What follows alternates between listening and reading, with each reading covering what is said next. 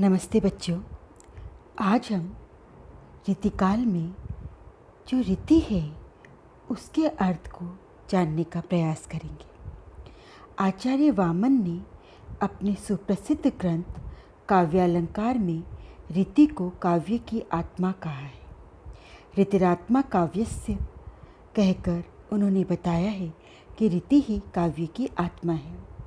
शाब्दिक दृष्टि से रीति का अर्थ है शैली, परंपरा, प्रणाली या पद्धति। संस्कृत में रीति को विशिष्ट पद रचना माना गया है। यह विशेषता गुणों पर आधारित है, जैसा कि रीति सिद्धांत के प्रवर्तक वामन का मत है। रीति का दूसरा संबंध पद रचना से है, जो कि समास पर निर्भर है। अतः कुछ आचार्यों ने समासहीनता, स्वल्प समासता, दीर्घ समासता के रूप में रीति को देखा है। आचार्य कुंतक ने रीति को मार्ग कहा है, जिसका मूल आधार कवि स्वभाव है। आचार्य विश्वनाथ ने इसे रस का उपकार करने वाली कहा है। इन्होंने इसे शैली के रूप में ग्रहण किया है, जिसका आधार वर्ण संगठन, गुण और समास है। हिंदी साहित्य में रीति शब्द का प्रयोग प्रायः शैली या मार्ग के विशिष्ट रूप में किया गया है।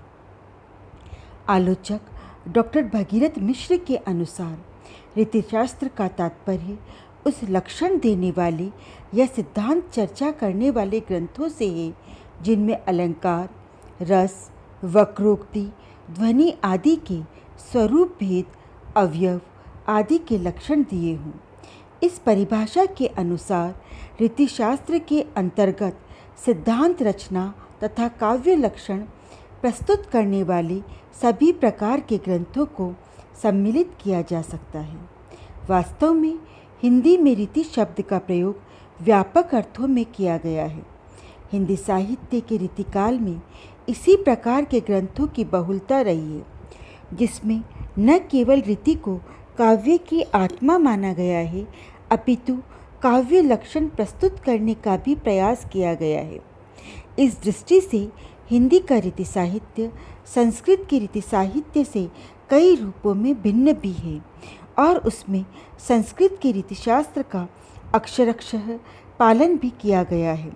सामान्यतः हिंदी में रीति का प्रयोग उन ग्रंथों के निमित्त किया गया है जिनमें काव्य के विविध अंगों का उदाहरण सहित विवेचन प्रस्तुत किया गया है। डॉक्टर नगेंद्र ने काव्य रचना संबंधी नियमों के पालन को रीति नाम दिया है। उनके मतानुसार रीति काव्य में वस्तु की अपेक्षा आत्मा के उत्कर्ष की अपेक्षा शरीर के अलंकरण की प्रधानता है। संक्षेप में यही कहा जा सकता है कि वह काव्य जो अलंकार, गुण, रस, ध्वनि, वक्रोक्ति, नायिका भेद आदि की शास्त्रीय प्रणाली के आधार पर लिखा गया है, रीति काव्य है।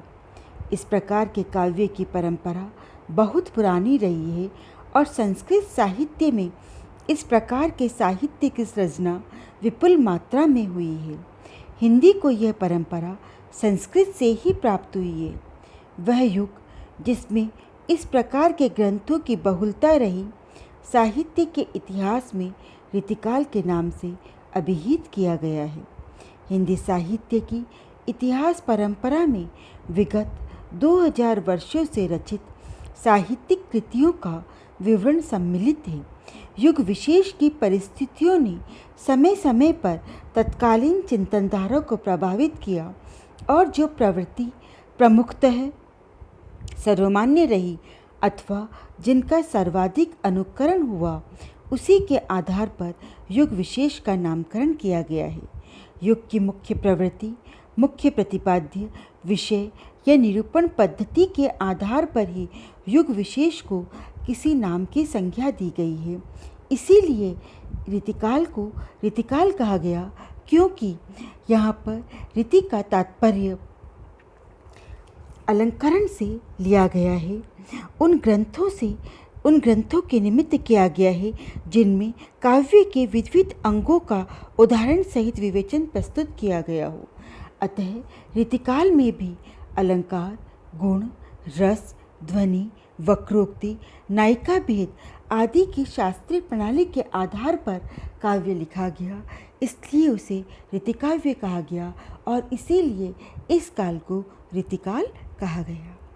धन्यवाद।